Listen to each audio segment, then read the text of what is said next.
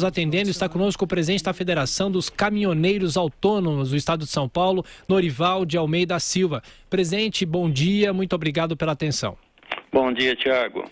Presidente, afinal, quando que os caminhoneiros vão voltar ao trabalho? Porque a informação que nós temos é que a decisão do governo de ontem foi elogiada até pelos caminhoneiros, mas de qualquer forma, quando que os caminhoneiros voltam ao trabalho? Por favor. Tiago, na realidade, eu vou até aproveitar a tua audiência, porque assim com certeza ela deve estar chegando aos nossos caminhoneiros. Que ele só não está sendo explicado direito e os caminhoneiros não estão entendendo quando realmente chega as mensagens para ele. Porque quando foi para iniciar tudo isso, eles tinham 3 reivindicações, que era o óleo diesel, o eixo suspenso e uma tabela de frete. Tudo isso o governo está contemplando.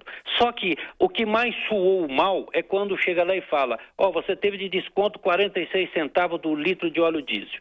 E o caminhoneiro só está fazendo a conta do 46 centavos. Mas eu queria explicar para que eles até entendessem, se ele tem esse conhecimento, porque ele que faz. Um caminhão que roda 12 mil quilômetros, ele tem um consumo de 5.200 litros de óleo diesel meses. Se ele pegar isso e ter o desconto que ele tem com esses R$5.200, que é o 46 centavos, dá R$2.400 que ele deixa de pagar. Volta ele no pedágio, ele gasta aí uma média de R$2.500 acima, só de pedágio. Dependendo do caminhão, ele passa a ter até 30% de pagamento a não ser obrigado a fazer com o eixo suspenso, quando ele está vazio, porque carregado ele já é contemplado por lei que o embarcador, o dono do produto, tem que pagar o pedágio. Mas uma carreta de 6 eixos, ele tem a opções de ter a vazio 3 eixos erguidos. Com isso, ele está economizando aí mais de 800 a R$1.000. Ele fazendo essas contas, ele está se aproximando só nesses 2 itens, mais de R$3.000 de economia que ele está deixando de pagar, que é um dinheiro que ele não tinha. E dentro do que nós estamos vivendo, é um bom dinheiro, já é um começo de um bom salário. E o país precisa voltar à sua normalidade. Então o caminhoneiro tem que reconhecer que tudo tem que começar. Foi atendido, o governo está atendendo, está fazendo o esforço. Tanto que no estado de São Paulo eu tenho uma reunião às 17 horas, que o governador do estado já está nos colocando à disposição mais algumas coisas que vai ser publicada agora na parte da tarde, às 17 horas, junto com o governador. Isso dentro do estado de São Paulo, que é a alçada dele. Então, os caminhoneiros precisam ter a consciência que nós temos que fazer o nosso país voltar à normalidade, porque já estamos começando a ter, inclusive, a população contra e com seus direitos reservados realmente, porque a hora que falta comida dói, tem que contestar. E quem nos acompanha pela internet por imagens, vê um protesto aqui na Avenida Paulista, no sentido da Consolação, na altura da Brigadeiro Luiz Antônio, são os motoristas das vans escolares. Professor Vila. Senhor Norival, bom dia, Marco Antônio Vila. Eu queria perguntar umas coisas bem rápidas para o senhor, para que o nosso ouvinte possa ter uma ideia do que é um caminhoneiro. O senhor tem um caminhão, 2, como é que é, senhor Norival? Eu só faz 44 anos que eu tenho caminhão. Tá. Quanto um caminhão que faça um transporte interestadual, desses aí que nós acompanhamos, tal, pelas estradas, custa mais ou menos quanto, senhor Norival, aproximadamente? O valor do caminhão? Sim. Desse caminhão que eu estou dizendo, que seria um caminhão 4x2, eu vou colocar um caminhão onde nós temos uma opções de estar dizendo ele aí de 10 anos, que tem dentro uma resolução que nos determina aí. Esse caminhão está aí próximo, cavalo e carreta, de R$250 mil. R$250 mil. Com 10 anos de vida. A prestação de um caminhão, quanto é que o caminhoneiro tem de pagar todo mês aí, quando queira ou não queira? Qual é o valor, aproximadamente? Olha, aí depende, porque depende do que ele financia, do que ele pega do banco. Sim. Você entendeu? Porque se ele vai iniciar e ele vai pegar uma totalidade disso, talvez seja uma parcela realmente impagável. Agora, se ele, que nem no meu caso, há 44 anos, com certeza eu tive que fazer algumas economias para mim não precisar financiar todos. Então aí ele fica menos. Tem as dificuldades, eu reconheço que tem as dificuldades, porque hoje, só para ter noção, se nós considerarmos, eu tenho aqui uma tabela de um setor de planejamento dentro da federação, que um óleo diesel no preço de R$ 3,58, um caminhão fazendo uma média de 2,3 quilômetro com 1 litro de combustível, eu tenho ele de custo para mim de R$ 3,46 de custo. Sim. Deixa eu aproveitar, isso é fundamental, as informações que o senhor está prestando aos nossos ouvintes, para que a gente tenha uma ideia, para que os ouvintes e os internautas entendam um pouco as reivindicações apresentadas e o que foi obtido, senhor Norival. Sim. Quer dizer, depois de o caminhoneiro tem de pagar a prestação do seu caminhão, tem de pagar os impostos, assim como, né, nós que temos automóveis temos de pagar, tem de pagar os pedágios, né, e são muitos, ou isso está embutido muitas vezes no valor do frete. Depois de pagar tudo do que sobra líquido para, em média, para quem tem um caminhão que faça um trabalho, transporta cargas entre estados e tal, sobra em média quanto ao final de cada mês? A primeira questão é, sobra aproximadamente quanto? Ele vai estar sendo contemplado com valores de R$ 5.000 abaixo. Sim, abaixo de 5 mil, tá? Abaixo. Ele tendo o caminhão dele, ele rodando aí seus 12 mil quilômetros, ele mesmo trabalhando, ele mesmo fazendo isso. E fazendo muita economia. Sim. Isso dentro da normalidade. Com essas dificuldades que estamos enfrentando, com todos esses altos custos hoje, nada disso está sobrando. Tá. Dá uma outra questão, Tiago. É uma questão, essa questão do contato via WhatsApp. Antigamente, eu até comentei aqui, o senhor Norival, que os caminhoneiros, o contato era no posto de gasolina, especialmente à noite, né, quando paravam, né, iam jantar, descansavam, dormiam no posto de gasolina e lá conversavam, né, naqueles locais com seus colegas de trabalho e tal. A vinda do WhatsApp foi uma verdadeira revolução. Então, para organizar esse movimento, os senhores começaram como? Qual foi as razões, senhor Sim, pelo aumento, pela disparada do diesel e tal, e que afetava o frete? O aumento era diário. Se eu estiver errado, o senhor, por favor, me corrija. Então, o senhor tinha uma série de reivindicações, na minha leitura, absolutamente justas tal. Como é que começou a organização do movimento? Na realidade, as entidades elas recebem as reivindicações ao decorrer do tempo. Tanto que isso, eu faço parte de um fórum nacional dentro do Ministério do Transporte uma vez mês.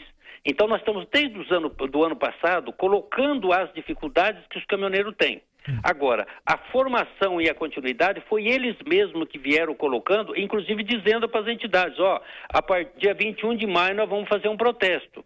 E as entidades não foi a propulsora de fazer esses protestos, foi exatamente essa rede social, aonde hoje está se tornando até mais difícil tudo isso, porque hoje em qualquer lugar que nós for hoje, existe uma pessoa que ele se diz que ele está coordenando aquele protesto.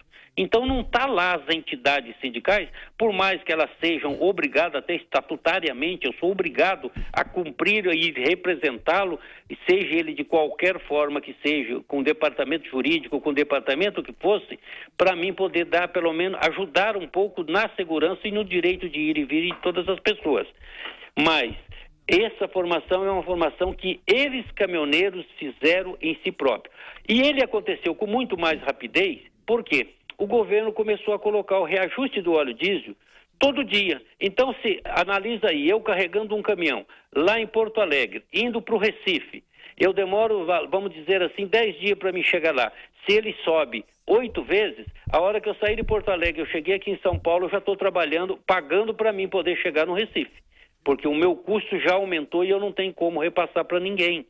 Isso é o que teria que foi mudado, que o governo teve a compreensão e mudou para nós, que vai ser dando 60 dias de trégua agora e depois ele vai só ser reajustado para cima ou para baixo mais de 30 em 30 dias. Presidente, a nossa grande audiência acho que se pergunta o seguinte: imaginemos que a partir de amanhã cedo ou já nessa madrugada de segunda para terça-feira, os caminhoneiros voltem ao trabalho, todos voltem ao trabalho.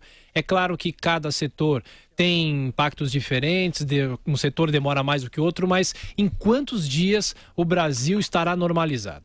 Uma semana. Uma semana. Uma semana. Mesmo a carne, porque tem o setor da carne está falando em até 20 dias. Isso aí eles têm uma facilidade, que eles chegam de manhã, eles pegam 4 horas da manhã, quando é 9 horas da manhã, os bois estão todo pronto. Eu digo isso porque eu transportei 7 anos, eu transportei isso. Sim. Então, tem essa facilidade e a modernização chegou com rapidez hoje. Deixa eu perguntar umas questões bem breves ao senhor. O senhor falou justamente da entidade do qual o senhor é presidente. Como é que ela se sustenta, a entidade, para que nosso ouvinte possa entender? Eu tenho um quadro associativo, de caminhoneiro do Estado, porque ela tem uma base, o Estado de São Paulo. Sim. Então eu tenho essa base dos caminhoneiros do Estado de São Paulo. São quantos? Os sócios pagantes. Eu tenho 46 mil associados. 46 mil. Agora, o senhor estava justamente nos dizendo que, apesar da direção da entidade, que tem reuniões mensais com o Ministério dos Transportes, pelo que o senhor nos informou, né? E já tinha externado ao Ministério dos Transportes os problemas da categoria, né?